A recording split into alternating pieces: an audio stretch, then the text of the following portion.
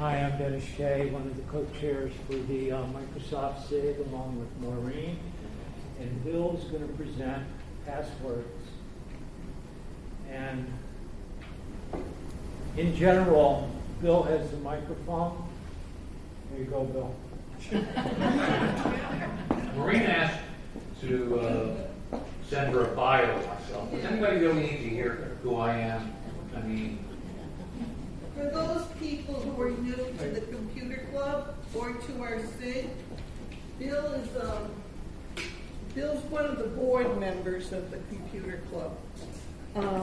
He retired from Battelle Memorial Institute in Columbus, Ohio, as vice president of program management.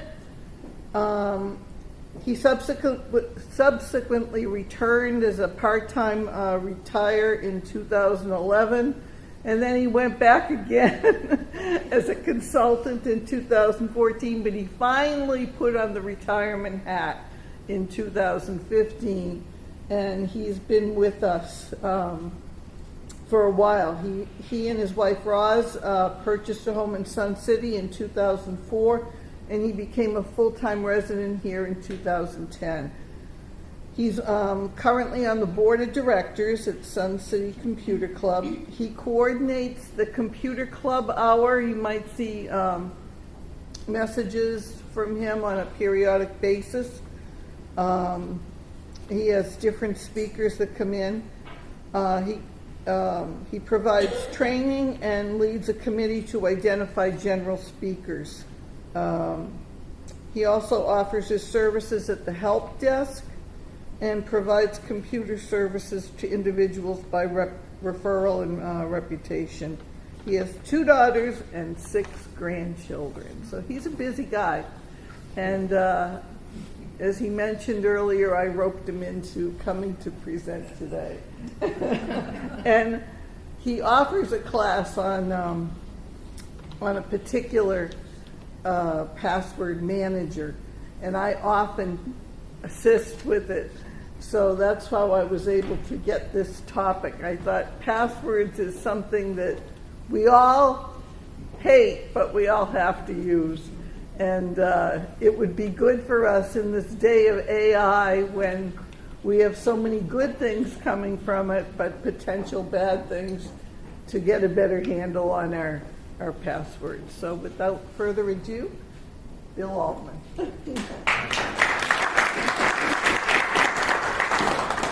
thank you, Maureen. I'm glad to be here, especially on this particular subject, because as we were discussing earlier, it's a subject that's kind of near and dear to my heart. It's my number one pet peeve when people come in. So what are we going to talk about? First thing, we're going to talk about generating passwords. There are certain rules of thumb that you should all be aware of. We're going to talk about passphrases, randomized passwords, pass keys, other things like that. And at the end of the day, I want you to have a system. I'm going to talk about various ways. There's generating a password, and then how do you maintain that password? How do you keep it? Where do you store it? How do you use it? Regardless, at the end of this presentation, what I hope everybody walks away with is a system. So I'm going to show you various things you need to know about passwords and generating them. And I'm going to show you various ways to store them, or what I've seen people use from time to time. And then I'm going to talk about password managers, which for me works. But it doesn't work for everybody. And I'll talk about that at the end. And I'm giving a class at the end of April on the password manager I use, which is Bitwarden. And so I'm going to demonstrate how Bitwarden, or any password manager, can help you when you go to a site and try to access it and automatically fill in, or sometimes not automatically fill in. You might have to do a couple extra clicks. How it puts your passwords, your username and password, into fields that are being requested. Now, a couple of slides first of all. Some of the worst password statistics. 1, 2, 3, 4, 5, 6 remains the most common password globally. with over 23 million users, followed closely by the word password. Okay? Almost all popular passwords can be cracked in less than a second. Yes, 1 second. The key word here is popular passwords. Simple patterns. 50% of passwords contain at least one vowel, and most capital letters are placed at the beginning, followed by a vowel. In other words, this is what people generally do. A staggering 81% of hacking-related breaches involve weak or stolen credentials.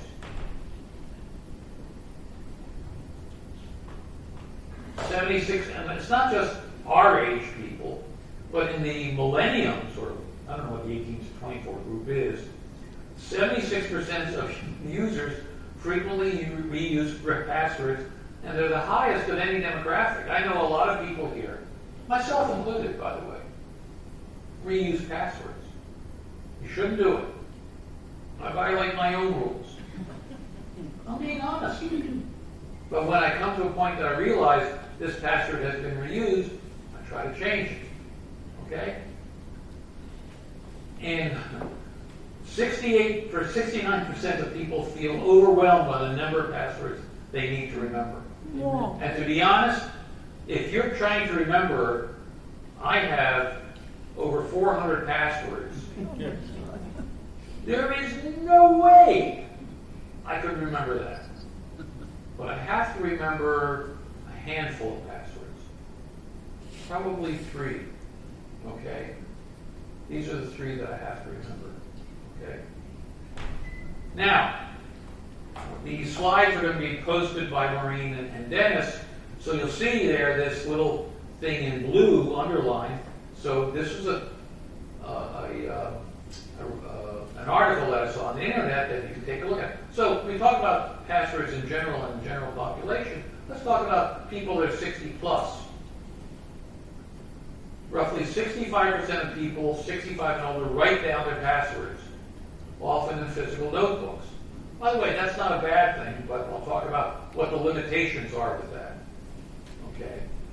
72% of older adults feel typing passwords take too long, and they don't trust cloud-based password managers.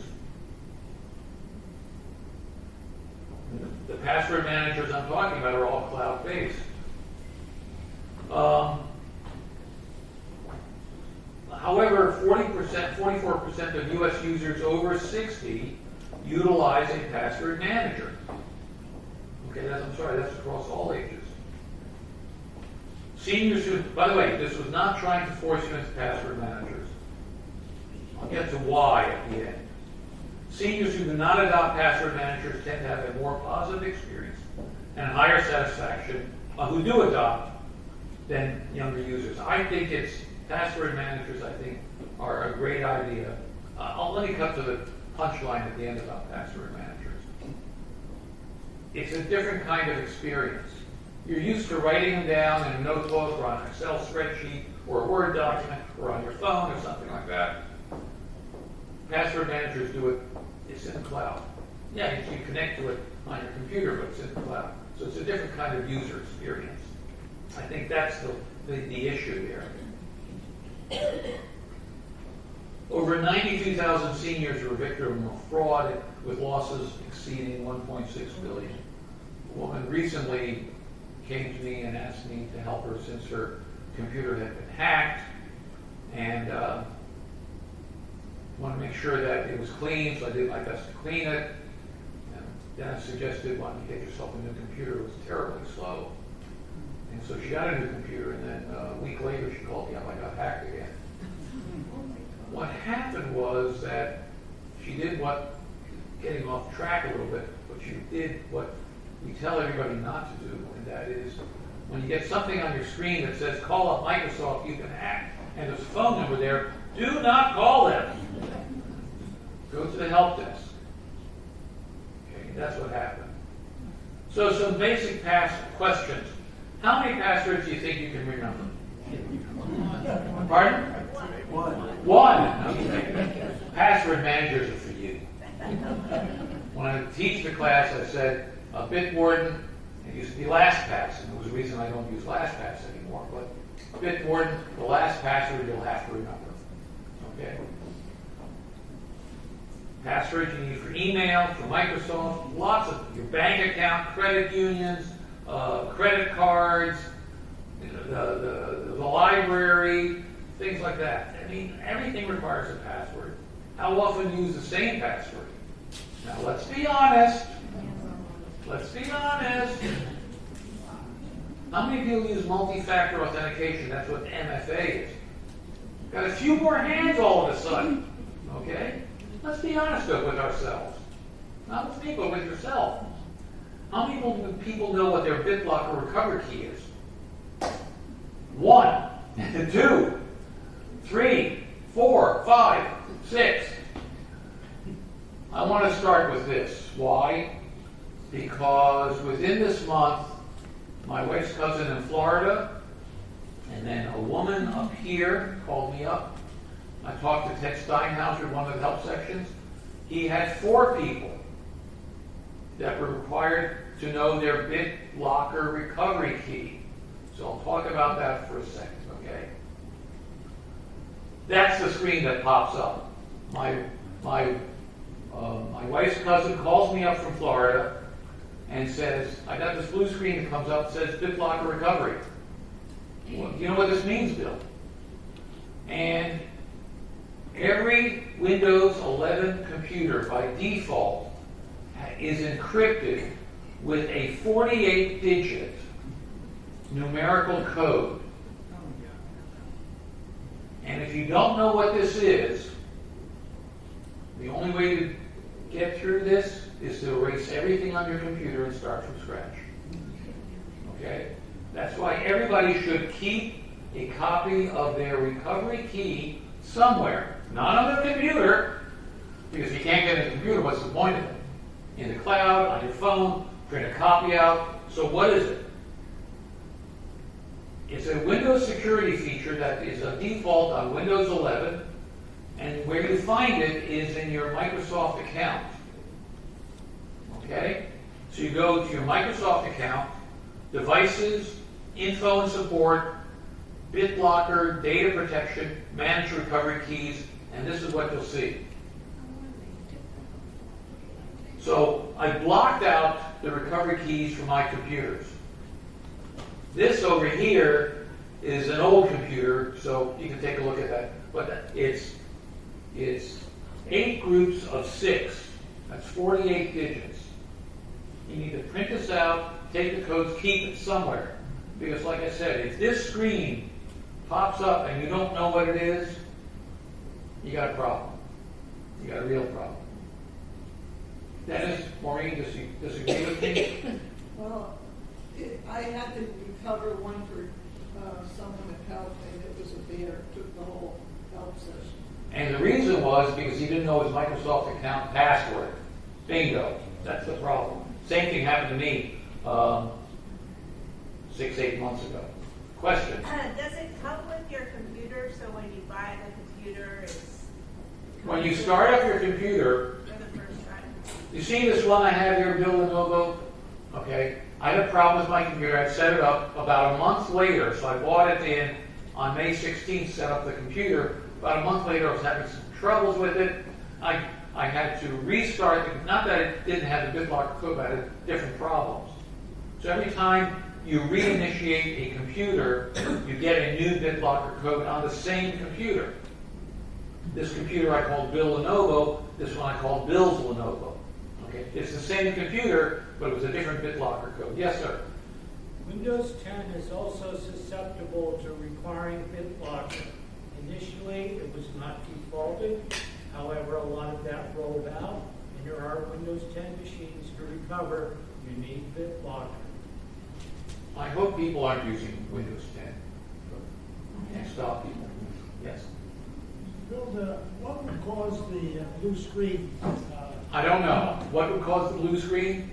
I don't know what caused it in that particular case. Maureen? I just read an article this weekend about some of the Microsoft updates that are rolling out are causing that blue screen to come up and requesting your BitLocker key.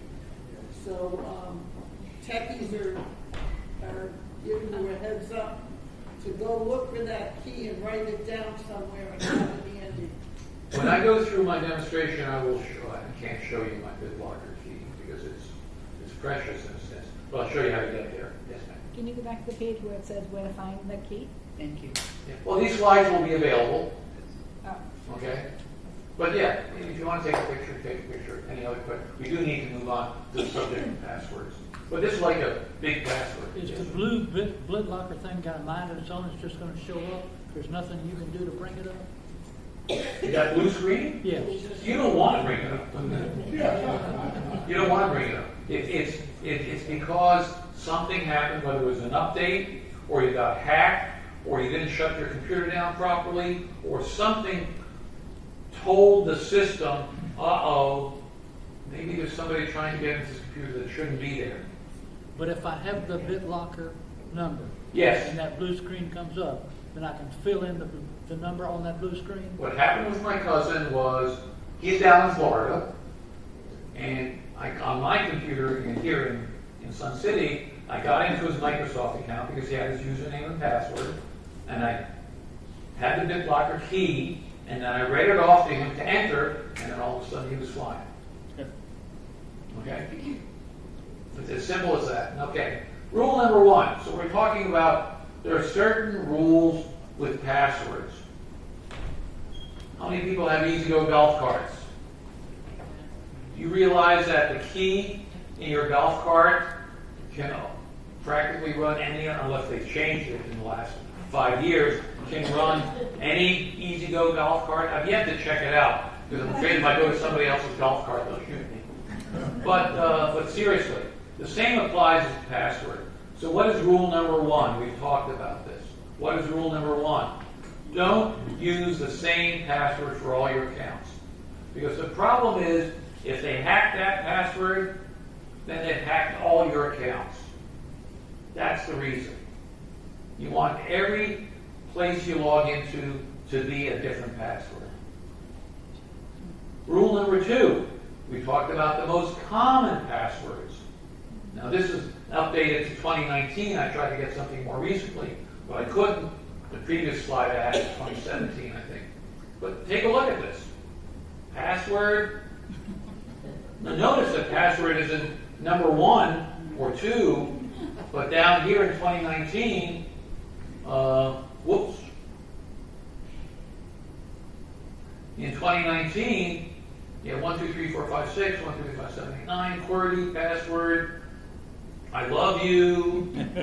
How about 6 ones? 1, 2, 3, 1, 2, 3. How many people use these passwords? I hope not. So rule number 2, do not use simple passwords. And so if you're not using a simple password, this goes back to the question you had, ma'am, about hackability. Okay? So rule number 3 is password should be a certain length. You decide how long, based on this chart of alphanumeric, special characters, uppercase, lowercase, and so forth. So if you have, let's say, 12 characters long, and it's just numbers, it happens in 2 seconds. 20 years, 162 years, 8 million years. So yeah, it's hackable, but I don't think anybody's going to spend more than an hour to try and hack somebody's password, as long as you make it complex. What is the number of characters? I'll leave that up to you. 10, I'll give you my rules, at least 8, but probably 8, 12, 14, something like that. Okay? So those are the 3 rules. And by the way, we're going to get quizzed on that at the end. Yes? Running the risk of getting ahead of Bill, if they said, they gave you these characters, they didn't say words in the dictionary. If my password is I love you very much, that's considered 5 characters because it's only 5 words in a dictionary, even though that might be 12 typos in a row. We'll talk about that. Yeah, That's one, see me after I get to that slide. So, what is a password? I just wanted to have this definition up there.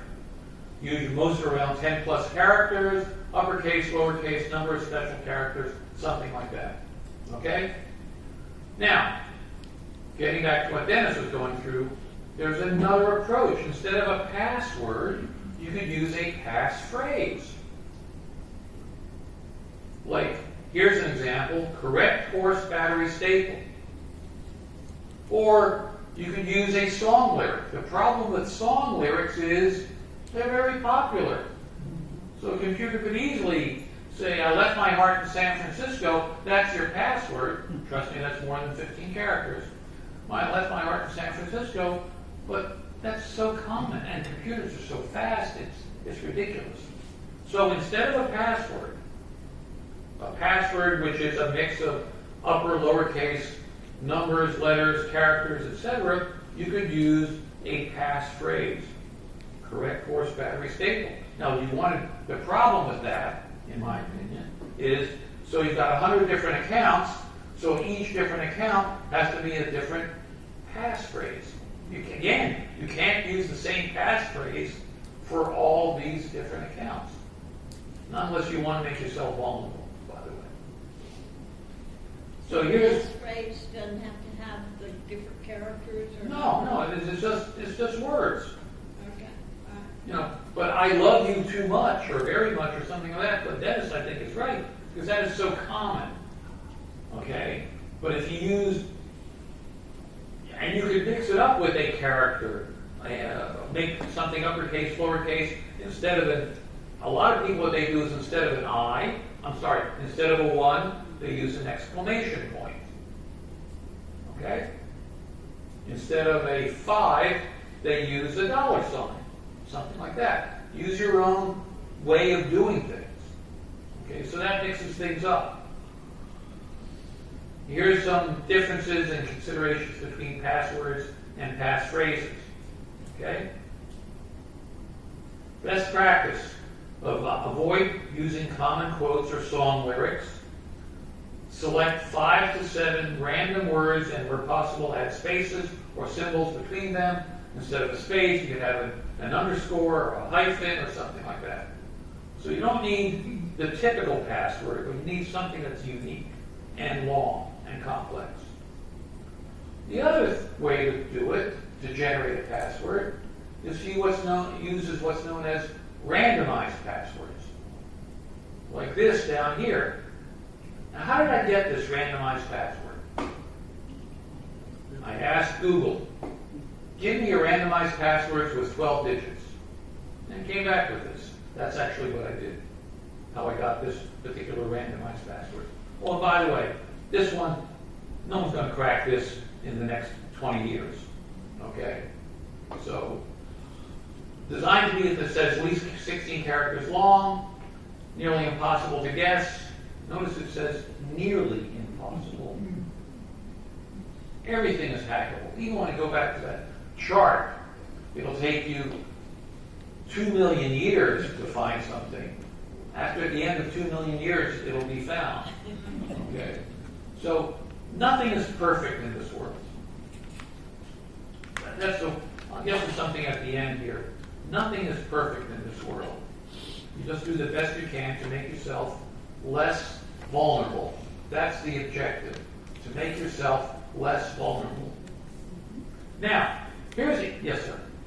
Bill, how reliable would you say it is to use something like Chat GPT to get a randomized password?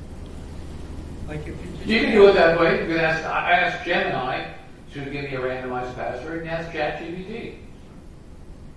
Yeah, I mean, that's fine. I'm not sure I would do it that way, but I used it in this example that I showed you before. Yeah, you can do that. That's fine. But if you go to a password manager, all password managers give you the option to generate randomized passwords right on the spot. Okay, passkeys. More and more websites are using passkeys. Okay, it's a form of multi-factor authentication. I will demonstrate a passkey. I'm going to go through several demonstrations at the end.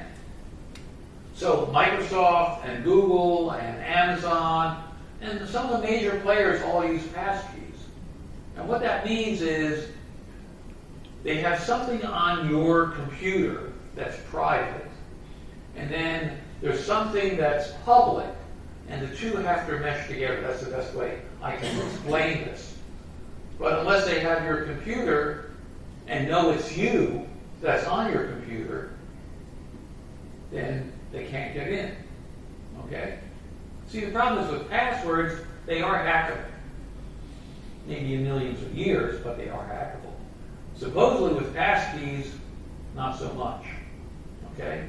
But not everybody is using passkeys. It's evolving. More and more places use passkeys. If you're given the opportunity to use a passkey, I'll be honest, personally, I was a little reluctant to use a passkey. I've gotten a little bit more, I see the advantage of it.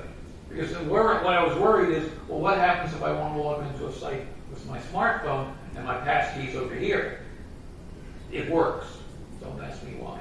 Yes, ma'am. Do you use the same one for every site? No. It's for every site, and you don't even know what it is, man.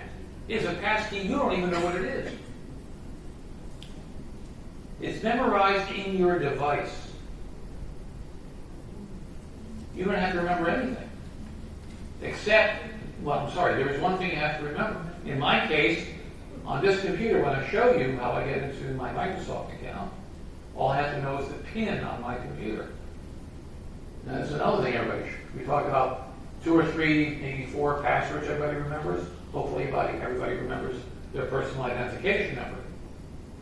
Okay, when you go to the bank, to the ATM, you put in your card to get some cash. Don't you have to enter a PIN? You have to remember that. It was one of those things you have to remember. Okay? But the key point here is not all websites have adopted passkeys. Yes, Dennis?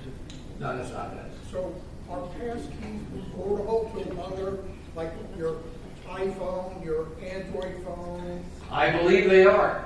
I didn't think they were. That's what I was reluctant to use them. But I've gone into, they seem to work. They seem to work for me. And then Maureen, Dennis, I'm open to any clarifications if I make a mistake, any corrections. Whether we're using English word, password, passkey, passphrase, the point is encryption requires an encryption key. Half of that key is private to you, and half of that key is public.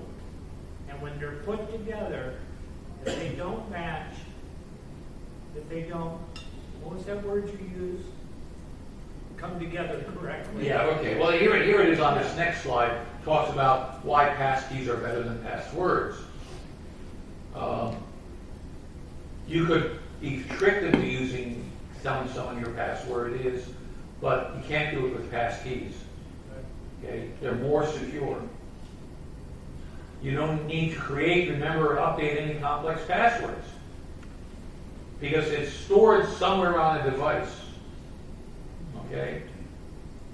They use a cryptographic key pair, a public key that's on a website and a private key that's on your device. And when I use my phone, I use my face or my fingerprint to get into certain sites. Now that we know the multiple ways to generate a password and the 3 rules, here's the question. How do you manage them? And what do I mean by manage them? Where do you keep them? When you change your password, how do you change them? I remember, I don't have to remember that far back. People come in, like I say, pet peeve number 1, passwords. I say, well, what's your password? Oh, it's one of these 3. So we try each one of the 3, they don't work. Well, why don't you put an exclamation point at the back end of this one? I spent 20 minutes doing all these variations, and I said, I'm done.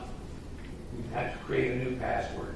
It was just like, So, how you maintain, I remember when I went to a person's house, and they had a manila folder, and you open it up, and there were all these passwords on it for the same site. And it was like, what is this all about? So, it's not only just storing them, but also maintaining them. And how often do we have to change our passwords? When I was working, I was required to change it, I think either every 3 months or 6 months. Okay? So, how do people do this? And I know you all do some of these things. Okay? Scraps of paper or sticky notes all over your desk, around the bezel of your monitor, and so forth. I have a cousin, the same cousin that asked me had this BitLocker problem. No, I'm sorry, this is actually someone here in Sun City. He opens up his wallet, and he's got a 4x6 size piece of paper that's folded in half, and in half, and in half, and in half. So it's about this big. And he unfolds it, and in ninja script, he's got his password. We all do this, or have done it, okay? Now, what's the pro on this? At least you have some documentation. You're not having to remember a dozen different passwords. But it's hard to maintain. He loses that little piece of paper, he's got a big problem. And for numerous websites, it becomes a large piece of paper, many Post-it notes all over. Forget it. This is one system. What's another system? How many people use a password booklet? Okay, only 3, 4, 5 of you. Okay, it's inexpensive. You buy this on Amazon. When I first taught passwords, I actually bought one at the end of the class. Anybody want to buy it from me? No, I'm serious, because I don't use this, but it's a very usable thing. But when I tell people, what's the problem that I usually see when people come in with this book? They don't keep up the book. Pardon? They don't keep up the book. They don't keep up the book. And what do I mean by that? Well, they changed their password for one reason or another, and they didn't spread. So I tell people, if you're going to do something like this, make sure you got a lot of whiteout that you carry with you. Oh, but the other problem is you have to carry this with you everywhere. Okay? You have to carry this with you. You know, the Post-it notes you can't carry with you. At least you can carry this with you. But it's a challenge to maintain this. And like I say, whiteout is your friend. Now, a lot of people use notes in their smartphone. Their iPhone, their Android phone. They put it in passwords on a folder in your smartphone. Maybe password protect that folder. Some of my relatives use this. This one down here, this RANS 327, that's my cousin in Florida, my wife's cousin in Florida. He has notes on his smartphone, and his password is, he sees that, and he knows what it means. Okay? So, that's how he uses that's his password management system. Again, the problem is maintaining it. If you change your password, you got to make sure you maintain it. A lot of people will record their passwords in their browser, whether it's Chrome, Edge, Firefox, or any other popular browsers. They will record their passwords. How many people do that? Only one, 2 people, 3, 4 people, 5. Come on, let's be honest with ourselves. There's nothing wrong with it. There's absolutely nothing wrong with it. But the problem is you carry your browser with you. Okay? So you can sync browsers between devices. In other words, a browser here on my computer and my browser on my smartphone. However, if your email is hacked, your passwords are already available now because they can get into your browser. Okay? Most reviews suggest not using this method. What I tell people, if you're going to keep your computer at home and no one's going to access your computer, I don't see a bad thing with this. Of course, when you want to go someplace else, you're not going to take your computer with you. Okay? So that's maybe a downside to it. And what some people do, let's see, I work with this woman here, and she used, her husband is the one who set it up, uses a browser, but they didn't know what their passwords were, so I printed them out on a piece of paper, so at least they would have them somewhere, but the browser was, that's how she uses it, okay? So, if you only use one PC and no one else accesses and feel like your email won't be hacked, it's risky, but it's a way to do it. Anybody in Gus, before you get to password managers, did I leave anything out? Anybody want to suggest what they use, aside from the ones I've talked about? I think I've covered the basics. Yes, Rick? I think the phrase is, and then you do something with the letters in the phrase, is you're able to remember more of. I bet I remember 25 passwords right off the top. Okay, how many people remember Jeff Glazer? Jeff Glazer. That's where I learned it. Right, Jeff Glazer had a method. I almost was going to show that. I decided not to. You use that method? I understand the method. Basically, you want to try to describe the method? Well, what I use, it's like Jeff Blazer's. I'll use 3 letters of the site that the password goes to. Like, for example, Amazon, AMZ or AMA. I might use their ticker for stocks. And then I'll use my passphrase, which is Well, don't tell us your passphrase. No, I know. But it's a bunch of letters that represents words in my mind, and That means something to you. yes, and then numbers where I substitute symbols for certain numbers. Right, like an exclamation point when you for won. number 1. Yeah, that's a common thing. And maybe Or a number might be part of my passphrase. so there are other techniques like that.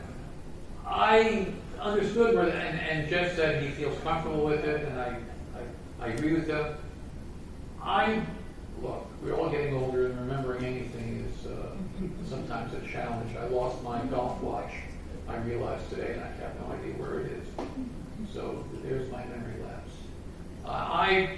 That's the way to do it, and if you feel comfortable with it, no problem. Again, the objective of me talking to you today is to make sure each one of you has a system. We described the different rules, the ways to generate, and the ways to store. So now we'll talk about password managers for a little bit. Not a lot. There are many password managers out there. Each have their own pros and cons, and here's a partial list. LastPass, Dashlane, Keeper, 1Password, RoboForm, Bitwarden. Usually some of these have free versions with some limited capabilities. Otherwise you have to pay for them. I used to use LastPass, but I don't anymore, and I'll explain that later. Here's a comparison of several password managers. Okay, I use Bitwarden. I'll explain why I use Bitwarden, why I picked that in a little bit. But here you see the capability. They're all very, very similar. Is one better than the other? Not particularly. Not particularly. However, I have 2 slides here I want to show you, because every once in a while, before I give my class on Bitwarden, someone will send me an article from a magazine saying Bitwarden they found this vulnerability with Bitwarden, or this vulnerability with this other password manager, and so forth. Yeah. What am I going to do? Everything's crackable. Didn't I say that? If they want to spend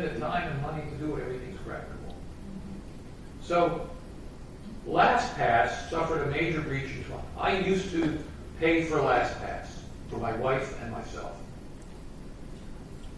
The problem with LastPass for me was I paid for this, so LastPass is free now on a single computer, but if you want it on multiple devices, you have to pay for it. So I paid for it.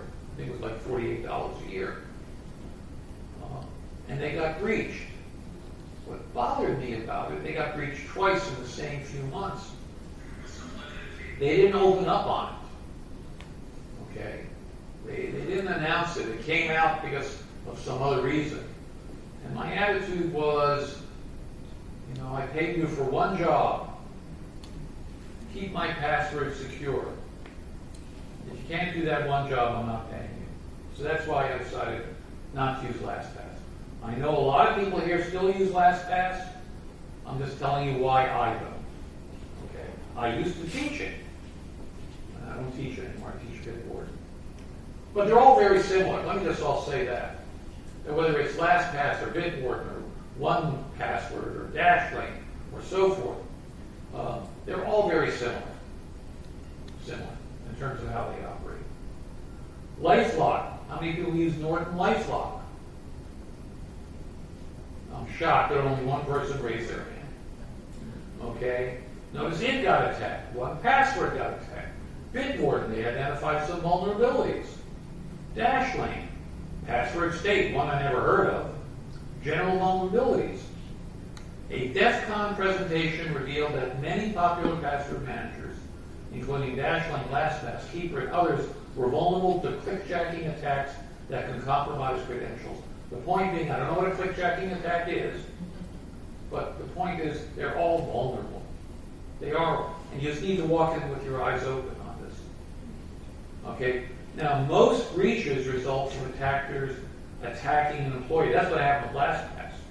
An employee took his computer at home, was working on the software for LastPass, and he got attacked at home, got into his LastPass account, got into the main server, and that was the problem. It was an employee. Despite these breaches, by the way, these last two slides came from a search on Gemini.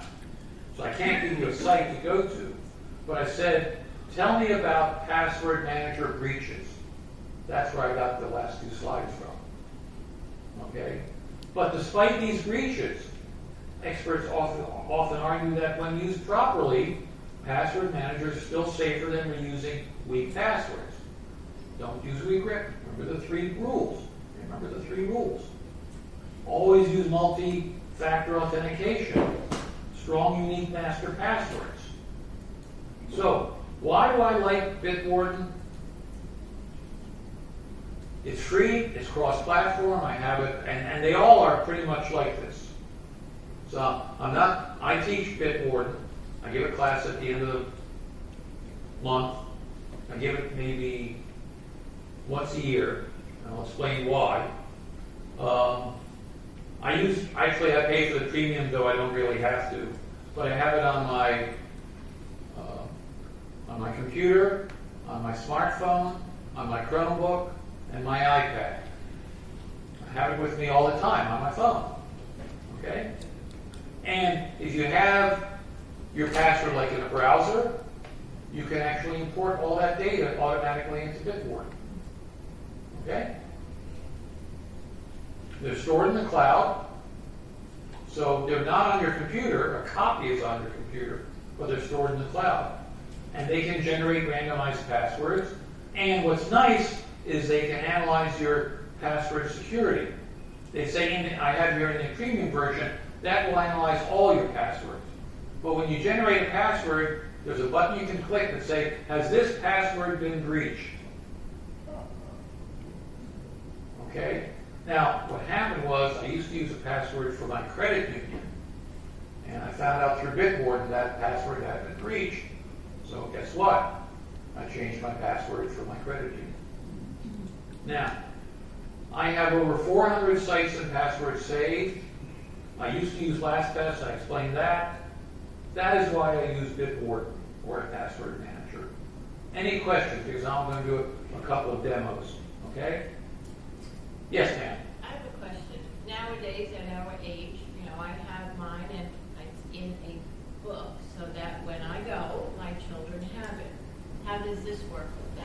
You can allocate one or two people, or I don't know how many. My daughters, if I die, when I die, I'm dying. We all are, I hate to tell you. Unless someone's got a secret, I don't know. But seriously, they can access my account. And my wife has my master password. Oh yes, so the whole point of all these password managers, you only have to remember one password. A master password, long password, unique, complex, etc. But yes, there is a feature in Bitwarden, I presume, I think LastPass had it too. Yes? I have a question. I have, for instance, medical record, and I have password for it. And when I go second time or third time, for some reason they say to change, we want to change your password because for whatever reason, username is not that or this. So I change it, okay? And then I go to my password manager and I see 2 or 3 passwords already now, so I don't remember which one is correct. They don't delete the old one, you know what I'm saying? Well, which password manager are you talking about? I don't know, it's on my iPad. It just had multi-keys on there. It's Apple. It's the Apple password. No, okay, I'm not familiar with that. Typically what happens is if you change the password, Bitwarden, or any password, I'll say any password, I'm just talking about Bitwarden, any password manager, will, something will pop up on your screen and ask you if you want to update your passwords. So what it does is it saves new password, but you can see what the old passwords are. So you have to press, I want to update, and they will remove the old one. Yeah, but I will tell you that you, how do I say this? Yes, it will. Where I'm trying to be a little, how do I say this? You have to be careful on when you update the password. There's a certain way you need to do it. Okay. What I do is typically I go into Bitwarden, say I want to update the password, then I go into the application, the website, and say I want to update the password, and copy that new password in there. Doing it the other way was changing the password. Sometimes it recognizes it, sometimes it doesn't recognize it. That's the caveat. But what you want to do is make sure you copy that password and go into the password manager to save it. Any other questions? Yes?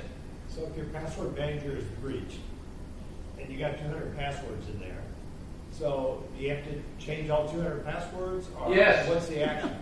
Yes. You have to go and change those individually. Yeah, but it's not going to get breached. I mean, the odds of it getting breached are highly unlikely. So like I said, I get emails right before my my class on this, reminding me of some new vulnerability that people have found. Okay, fine. But you said LastPass was free. Yes, it was. Well, if you have 200, that's what I use, and if I've got all that on there, Well, I don't think it was breached to the point that everybody found out your password, but they used something called hashing. I don't know what the hashing technology is, but they were able to get something, but I never thought they actually got your passwords. But the fact that they were breached was a problem. For me, it was a problem. Okay, let me show you a few things, and I'm going to try to remember all these. Hold on a second. Okay, let's try this one. Okay, so you can see this, right? So I use Magic Jack, right? Magic Jack is, I don't have a typical landline that I get through Spectrum or Sparklight or like that. I use Magic Jack. It's a cheaper service. My wife wanted a landline. We asked people not to use the landline, okay? But, so I'm going to log into my Magic Jack account, and you'll see that it will automatically populate my username. It happens real quick, so watch on the screen. It'll automatically populate, it's on the right half of the screen, it'll automatically populate the username and password. See how that went in? Yep. wolfaltman@gmail.com, and there's my password. That's the beauty of password managers. Just like that. Okay? Can you see what your password is there? Yes. I'm not going to show you. I'm here. You see where it says up here? You see this You see this symbol over here? That's the extension for Bitwarden, and you need to install an extension on your browser. So I'll click on that. I'll go here. Whoops. Oh, there it is. I want to go here. More options. View. I don't mind showing you this part of it. Okay. Oh, and look. Change an at-risk password. So I better change my password for MagicCheck. That's kind of interesting. I didn't notice that before. Okay. So there's my login credentials. There's my password. Okay. I'm not going to show it to you. Okay. But if you clicked change now, it would change it for you. No. The problem with that, and that's what I was hemming and hawing a little while ago. I can change the password in Bitwarden, but then I'm going to have to copy what I've changed it to, go into my MagicJack account, and then say I want to change my password and copy that as my new password. But if that was Bitwarden, would it change it for you and you wouldn't have to do it? No. There are some sites that will do that. Okay. Like Amazon, for example, I know is a site that will automatically do that. Okay? You want to try to do that? Let's try something here. Let's see. Let's go. I want to do. I'm running out of time here, so. No, you know what? I'm sorry. I'm going to have to move on. If we have a chance, we'll deal with that. Okay? Wells Fargo. I'm not going to show you my Wells Fargo account. Why not? You're doing fine, Bill. I'm doing such a good job. Watch this. But my point is, you see how quickly and easily it entered the username and password for MagicJack, and it does that for many sites. But the issue is, each site is coded differently. So sometimes they automatically let you fill it in. It's called autofill. And sometimes you have to do this. Okay? Notice it filled in this. That's an autofill. Filled in my username and my password. Okay? I'm not going to go any beyond that. Okay? What's the other one I want to show you? Microsoft Company Store. Okay. My son-in-law works for Microsoft. And I get access to buy Microsoft software at employee prices at a certain dollar level up to July, and then I got a new allocation. It's my money, though. It's not Microsoft's money. So I go into here. So you'll see that this one is not that simple. Not difficult, but not that simple. Notice it didn't fill it in. So I go here. You see this thing come up? Click on that. Click here. And it's filled in. Go to the next screen. I'm on the friends and family plan. And then it fills it in. So you see, sometimes I have to do a few extra clicks. Okay? But if you change the password, you've got to go back into Bitwarden and update it. Sometimes Bitwarden will recognize it. Depends on the coding of the website. I think that's the real issue. Sometimes it recognizes and says you want to update your password. And so you just say update. There's a little thing that comes up around this part of the screen that says update. But I think it's the coding because of the way they ask for the username and the password. Let me move on to another one. Okay?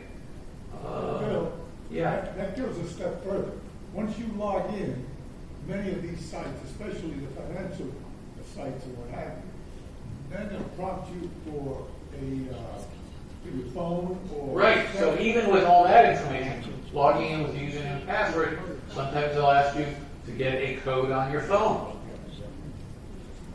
And, you know, it's an annoyance, but trust me, it's an added security feature. That's this multi-factor authentication. Let me talk about my credit union. I'll get to the Microsoft account in a second. I'm not going to show you my credit union account, obviously. Online banking. Notice, you see it popped in my username and password? Yeah, and it's gone. Popped it in, deleted it. Again, it's the way this website is coded. So how do I do it? I go in here and just click here. And then it populates it. I'm not going to sign in. So you had You had to find your credit union up there, What do you mean find my credit union? up at that other icon. Well, here I have it in my bookmarks bar, my favorites. But you had to go to the other one up there too. Well, no, I go to this is my Bitwarden extension. Right. I teach a class on it. How many people know about extensions? Okay, these are extensions I have on my computer. These teach maybe someday I'll do it's only an hour thing to talk about extensions. But this is how it works. Okay, what was the other thing? Microsoft account. Okay? So, right now I have my Microsoft account. Let me log out. Okay?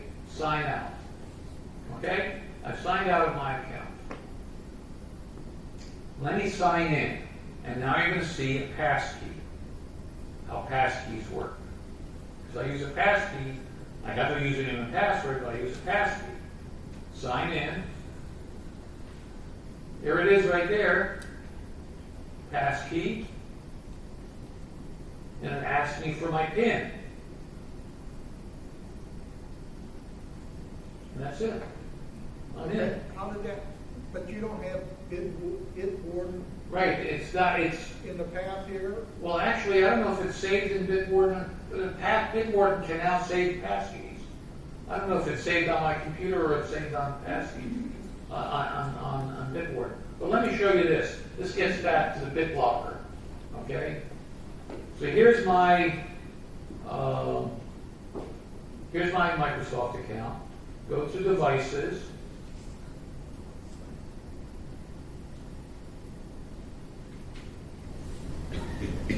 Info and Support. Manage Recovery Keys. I'm not going to click on that because then you'd see my BitLocker code. And I wouldn't mind showing it to you, but I've got this thing video recorded, so I don't need to show it to you in posterity. Okay? But that's how a passkey got into my Microsoft account. Yes, sir. Quick question, what are your thoughts on having different usernames? For what? Username and password? Well, I have, okay, let me show you something else along those lines. As I go to Mail, my Gmail, there's another feature of Bitwarden. That gets me into my, oh shit.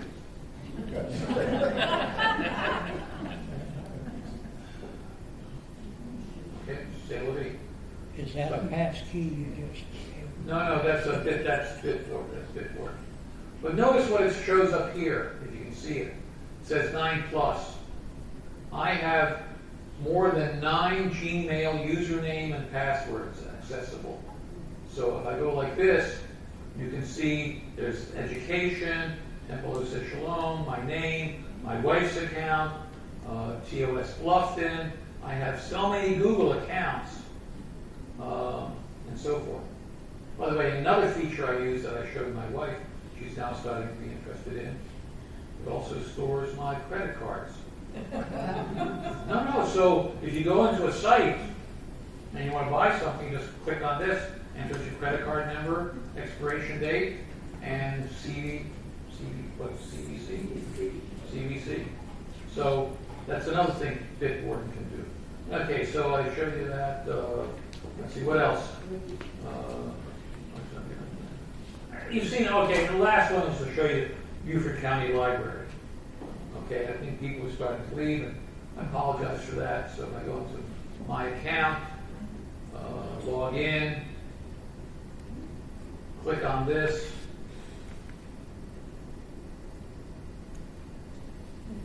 Come on, baby.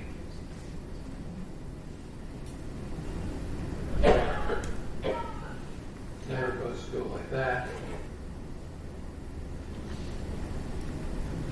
And that did work this morning. Go here, I don't understand why. Go here, and sometimes you have to do this. You view, and then I'm going to copy my password.